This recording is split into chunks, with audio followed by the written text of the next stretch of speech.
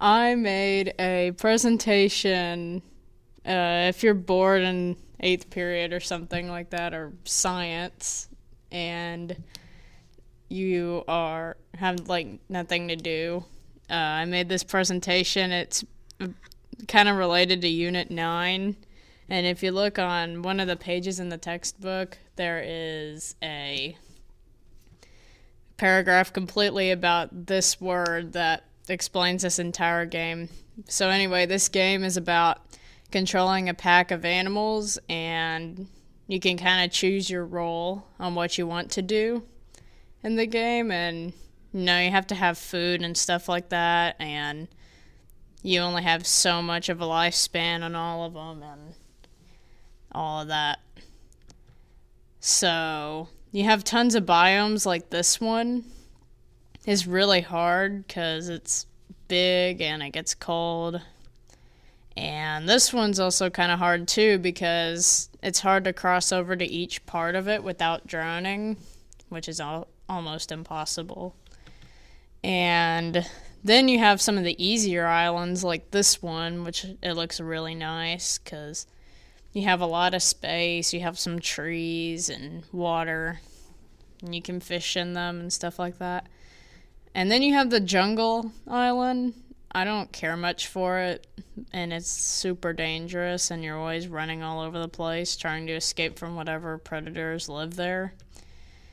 And I really don't like this biome at all because you have to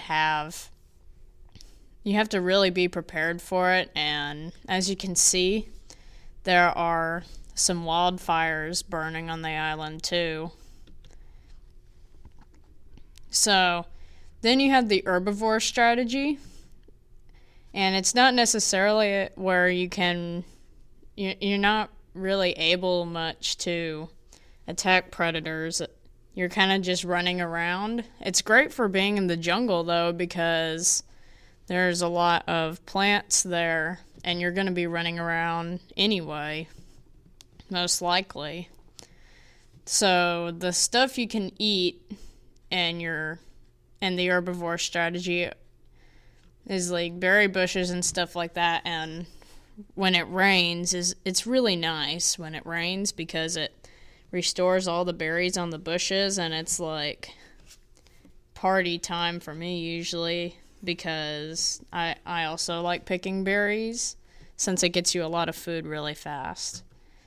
So we have the 3 different variations of the berry bush. The regular berry bush, and you can see it has all its berries on it. And then you have the berry bush you find in savannas and stuff like that.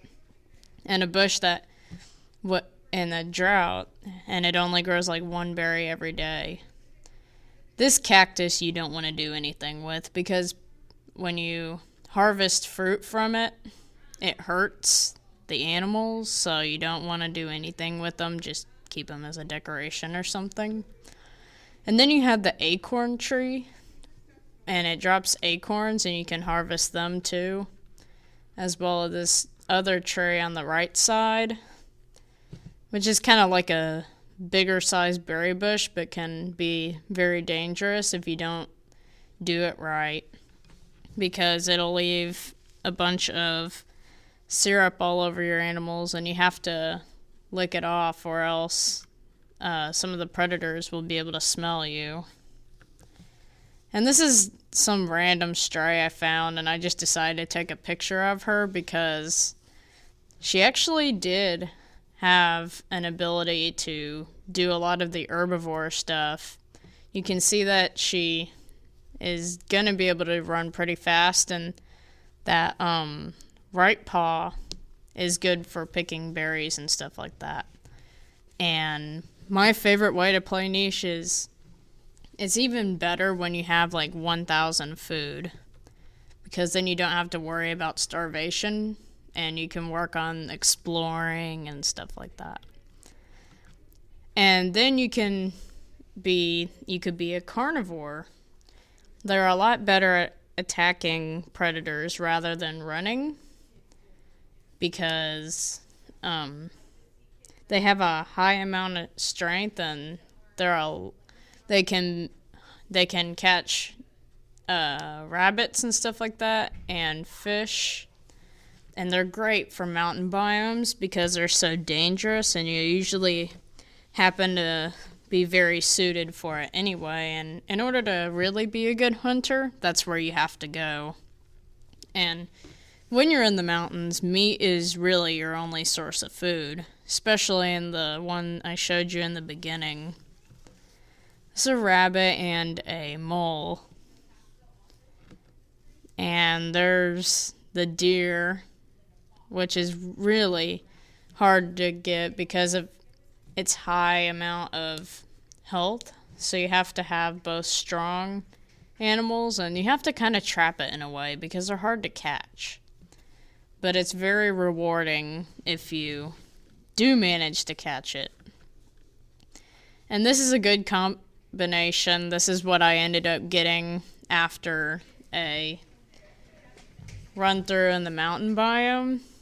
This is a really nice combination because she has about, I don't know how much strength she has, probably around 9 because of the antlers and the other stuff, the claws.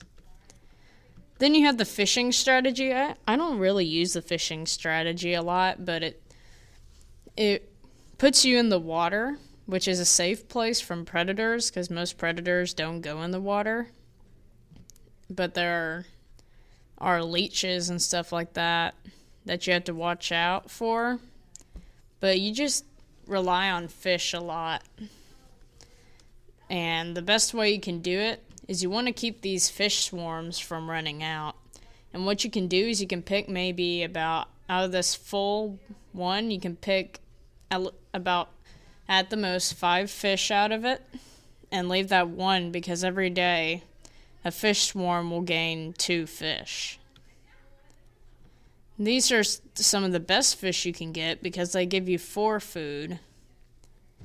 But fish swarms are easier to catch, and these 2 are a little bit harder. Then you have the predators, and last year in Miss Moore's, if you were there, she had a lesson about the fight or flight response thing, and you can either run from the predators or fight them. You have this little fox thing. They're not very dangerous at all. They're kind of a source of food anyway, but they'll steal your meat and sometimes attack your animals. Usually if the animal has attacked them already, they're not that big of a problem. They come in packs, maybe at the most 5, maybe 6 at the most. Then you have the bear. This is as close as I could get of a picture because I couldn't find a better one, but this is what they look like. They're kind of the basic sort of predators, and they were the first ones added in the early access version when they were first developing it. There is a certain biome island where a lot of them spawn, show up a lot. And on that certain island, you also have these really bad ones. And they're a little less common than the regular ones. And they only really spawn on that one island. And they can really hurt if you don't do something about having them around. You can maybe run around the island because the island is pretty large. You also have this bear. It's a little bit bigger. And if you can defend yourself, maybe have those high-level strength animals, they don't have high attack. And if you have a little bit of defense on animals, if they can defend yourselves, they shouldn't be a big problem. But they have a lot of health. And then you have these guys. These are very, very notorious for being dangerous altogether. They don't have any other of the 3 main senses: sight, smell, hearing. And they only have one sense, which is the one that they're specializing in, and they pretty much have to be avoided altogether. They're pretty dangerous, and they have a lifespan of 100 days. So if you're actually fighting one, you have to do a lot. It's hard. And then you have the bluebird. The bluebird, I don't know why they're called that, but they're blue.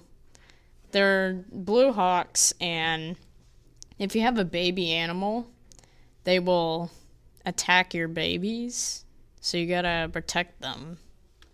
And I actually noticed that if a stray animal is also young enough, they can still catch them, because I've seen them fly away and randomly swoop down. It's kind of scary. You have the video. You can also build nests if you need one. If you have a parent in need of a nest and you can't find a permanent one, it used to be in the old versions where you couldn't do this, so you had to find permanent nests. But now you have a bar and with an icon that looks like a pile of sticks that counts nesting material, which comes from grass and stuff like that. And you can build a nest, and it works as a makeshift. Eventually, a built nest will decay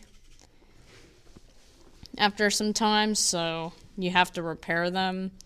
And you can see in this picture you have a permanent one, and a clean built one, and a decayed one. You can clear rocks, which is hard to do because you have to have very, very, very high level strength animals to clear a rock. You can see that this one is fixing to be broken by an animal. Swimming, and the oasis biome has a big lake in the center, which is really your only source of food, so you have to swim. And when you get in the water in biomes like this, it will keep your animals from getting hot.